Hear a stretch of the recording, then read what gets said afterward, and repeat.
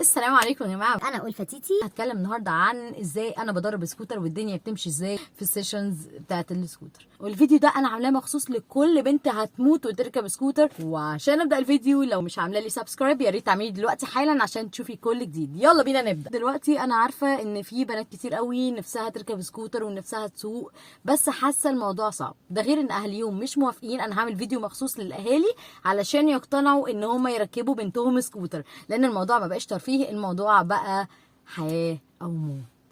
الفيديو التاني اللي هعمله الامهات، لو انتوا عاملين سبسكرايب هتقدروا ان انتوا تشوفوه وتوريه لمامتك وتوريه لباباكي كمان، عشان يقتنعوا ان هم يركبوكي سكوتر ويوافقوا ان هم يعلموكي وتيجي تتدربي عنه. طيب انا ازاي بدرب سكوتر؟ اول حاجه بفهمها كل حاجه عن السكوتر النظري، والموضوع سهل. اقول لها البنزين فين، اقول لها مثلا الكرسي بيتفتح ازاي، اقول لها الحاجات اللي هي النظريه قوي لو هي عمرها ما ركبت او شافت السكوتر على الحقيقه يعني. وبعدين برفع السكوتر اللي فوق، اللي هي السناده اللي هي الاساسيه اللي كاننا راكنينه عشان لو دوسنا بنزين ما نطيرش، فبرفعه لفوق وبعدين بقعدها عليه. بتقعد تجرب سنس البنزين. في ناس مثلا بتجرب جامد قوي، فاللي هو لا، بقول لها هدي شويه عشان لو السكوتر واقف وخلاص هيمشي انت كده هتطيري. فبنقعد نجرب سنس البنزين حبه حبه حبه مع بعض، وبعدين بنجربه عملي لما احس ان هي مش هتتغابى قوي على البنزين. بعدين بشيل السناده الاساسيه، فبيبقى اللي هو ايه جاهز ان هو يمشي. بفضل واقفه جنبها على الشمال ناحيه الفرامل اللي هي الفرامل الخلفيه، بفضل معاها واحده واحده عشان لو حصل حاجه ادوس على الفرامل لو في اي حاجه، لو هي زودت شويه في البنزين. بفضل ماشيه معاها شويه، بنمشي كذا مره.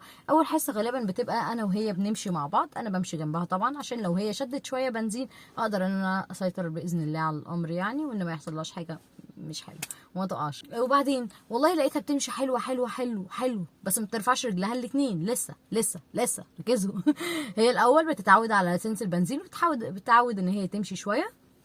لقيت الدنيا تمام والله خلاص، ومتاكده ان هي هتدوس فرامل عند اللزوم وهتمشي بنزين من غير ما تسرع قوي. بخليها تجرب تمشي لوحدها وتلف لوحدها، ده لوحده بيدينا ثقه. ولسه ما رفعتش رجلها، ركزوا معايا، لسه ما رفعتش رجلها. ماشي. طيب وبعدين تمشي شويه بثقه، تمشي اول حصه كده اللي هي بثقه، وبعدين تاني مرة بفضل معاها برضو مرتين تلاتة كده لفتين علشان تكون برضو اخدت عليه اول السيشن كده. وبعدين بقول لها يلا بينا نكمل كده، امشي زي ما كنتي بتمشي تاتا تاتا برجلك الاتنين في الارض. واعلمها تهدي وتشد عشان ايديها تاخد على البنزين، ان هي تهدي بيه وتسرع بيه، وفي نفس الوقت تفرمل عند اللزوم. طيب وبتفضل تمشي شويه، وبعد كده بنلعب لعبه بسيطه اللي هي تحاول ترفع رجل واحده لمده ثانيه واحده عشان تحس برضه بالثقه. ده انا رفعت رجلي. فالموضوع يبقى احسن بكتير. بس بعدين واحده بنرفع رجلنا الاثنين لمده ثانيه برضه، وبعدين بتفضل تمشي. يا جماعه السكوتر السواقه عموما عباره عن ممارسه جربت كذا مره مستحيل ما تتعلم باذن الله يعني. وبعدين واحده هي مجرد ما تمشي بقى كتير بالسكوتر تحس بثقه شويه، ترفع رجلها لمده ثانيتين ثلاثه، بتحس ان الدنيا بقت تمام. واحده هتلاقيها رفعت رجلها الاثنين ومشت، حتى لو في غلطات بسيطه السكوتر حاول منها شويه، شدت بنزين مثلا متوتره، كل ده بيبقى باذن الله بسيط جدا. وممكن الشخص يقع جدا وهو بيتعلم سكوتر، عشان كده الواحد لازم يلبس الخوذه الهلمت بتاعته، لازم يلبس الجلافز برضه عشان الدنيا تبقى امان. بس كده واحده هتلاقي الدنيا مشت، وهتلاقي نفسك بتسوقي سكوتر بتعلمي حلو. وبعدين بتلفي حوالين المنطقه شويه.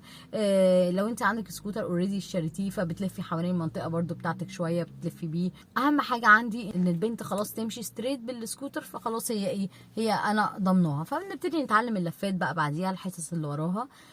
بنتلف كذا مره، بنحاول نلف اليمين وبنحاول نلف الشمال. وبعدين اخر مرحله اللي هي خلاص بقى هي بتلف قوي، فبنتعلم الزجزاج اللي هو اللف اللي هو لحد عارفه اللي هو كده الحلزوني ده ولا اسمه بس. والموضوع بسيط جدا ومش بياخد وقت. الناس بتتعلم في حصتين، ناس بتتعلم في 3 حصص، ناس بتتعلم في 8 حصص، بس كل الناس بتتعلم لو هي حاطه في دماغها الموضوع.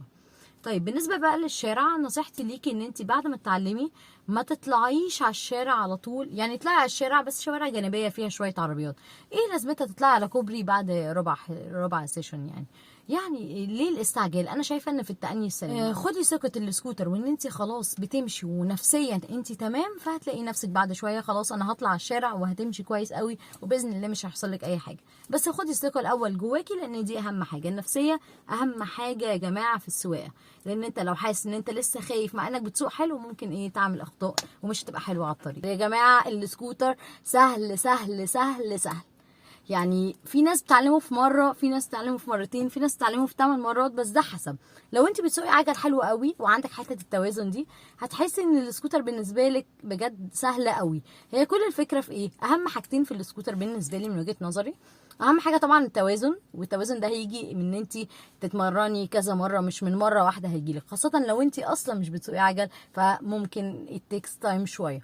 طيب تاني حاجه ودي اهم حاجه، السنس البنزين. سنس البنزين ده انت دلوقتي لو حد عارف فرق بين العربيه الاوتوماتيك والعربيه المانيوال، الفكره ان السكوتر اوتوماتيك مش مانيوال، فالموضوع زي العربيه الاوتوماتيك بالظبط، بس بدل رجلك ايديك. فهو لو انت عارف معلومات عن العربيه الاوتوماتيك، فانت لو دوست سنس كده برجلك سنه ممكن خلاص العربيه تطير بيك لاخر الشارع. يا جماعه السكوتر ما هو الا ممارسه مرتين 3 4 هتلاقي نفسك زي الفل، والموضوع سهل قوي قوي قوي قوي فوق ما تتصوري. وبس كده، وشكرا جدا ان كانت معاكم ألفة تيتي، ويا ريت تعملوا سبسكرايب قبل ما تقفلوا الفيديو ده، وباي باي.